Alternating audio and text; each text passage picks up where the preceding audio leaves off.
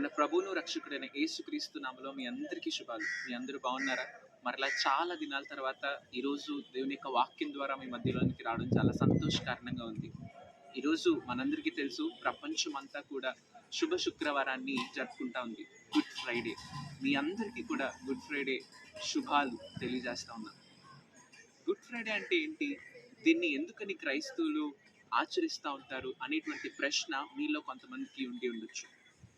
Good Friday అనగా యేసుక్రీస్తు ప్రభువు సర్వ మానవాళి కొరకు తన రక్తాన్ని చిందించినటువంటి దినముగా, ప్రాణాన్ని సమర్పించినటువంటి దినముగా భావిస్తూ ఉంటాం. మరి ఒక వ్యక్తి యొక్క మరణం శుభం ఎలా అయింది?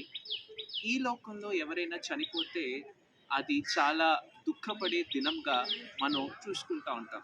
కానీ యేసుక్రీస్తు ప్రభు యొక్క మరణము ఈ ప్రపంచానికి ఒక శుభవార్తను తీసుకొచ్చింది. అదేంటో తెలుసా? పాపంలో ఉండేటువంటి మనిషికి ఒక రక్షకుడు ఉన్నాడు.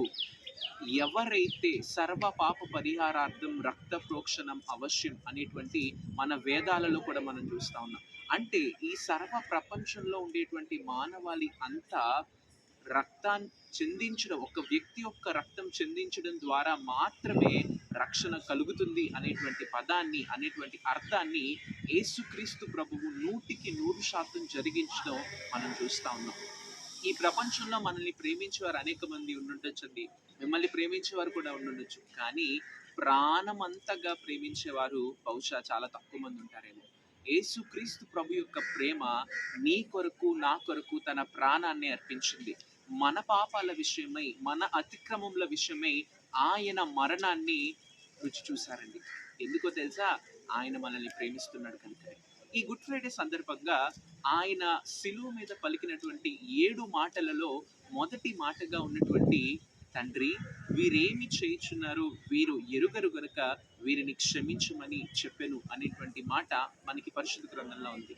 యేసుక్రీస్తు ప్రభు యొక్క ప్రేమ క్షమాపణ గుణాన్ని మనకి తెలియజేస్తూ ఉంది. కొన్ని దినాల క్రితం పాస్టర్ ప్రవీణ్ పగడాల గారి యొక్క మరణం గురించి మనందరికీ తెలిసిందే కదా. ఆయన ఎలా చనిపోయారు అనేది ఇంకా ప్రశ్నార్థకంగానే మిగిలింది. అలాంటి టైంలో సిస్టర్ జెసికా పగడాల గారి యొక్క మాటలు నేను యూట్యూబ్లో చూసినప్పుడు చాలా ఆశ్చర్యం అనిపించింది. ఆమె చెప్పిన మాటల్లో ఒక మాట ఏంటి అంటే, మేము ఎవరి మీద కూడా రివెంజ్ తీసుకోవడానికి లేము, వి ఫర్గివ్ ఎవ్రీ వన్ అనేటువంటి మాట. నిజమైన క్రీస్తు ప్రేమ కేవలం అలాంటి క్రైస్తవుల్లో మాత్రమే కనిపిస్తూ ఉందండి. ఈరోజు క్షమించే గుణం మనలో ఉందా?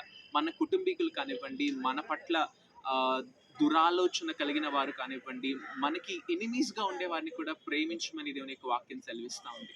ఈరోజు ఆ ప్రేమించే గుణం మనకుందా? క్షమాపణ గుణం మనకుందా? అది శ్రేష్టమైన గుణంగా దేవుడు పరిగణిస్తూ ఉన్నాడు.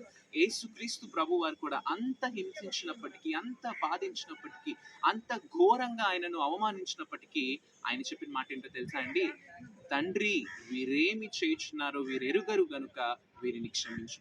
ఈరోజు అలాంటి క్షమాపణ గుణాన్ని మనం కలిగి ఉండాలని ఈ గుడ్ ఫ్రైడే సందర్భంగానైనా మన హృదయాలు మార్పు చెంది ప్రభు కొరకు మనం నిలవబడాలని ఆయన ఆశిస్తా ఉన్నారు. మీరు సిద్ధంగా ఉన్నారా? కళ్ళు మూసుకుందాం, ఒక చిన్న ప్రార్థన చేసుకుందాం.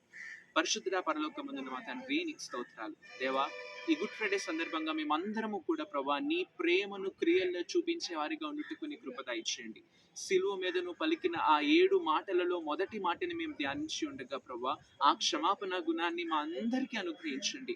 క్షమించే మనస్తత్వాలు ప్రతి క్రైస్తవునికి అనుగ్రహించండి ప్రభా. నీ నీ యొక్క ప్రేమను మేము క్రియల్లో చూపిస్తూ నిన్ను ప్రతిబింబించే వారిగా ఈ లోకంలో జీవించే కృప మాకు అనుగ్రహించమని, సమస్త మహిమా ఘనత కీర్తి ప్రభావాలు మీరు పొందుకోమని యేసు నామములో అడుగుచున్నాము తండ్రి, ఆమేన్. Praise the lord.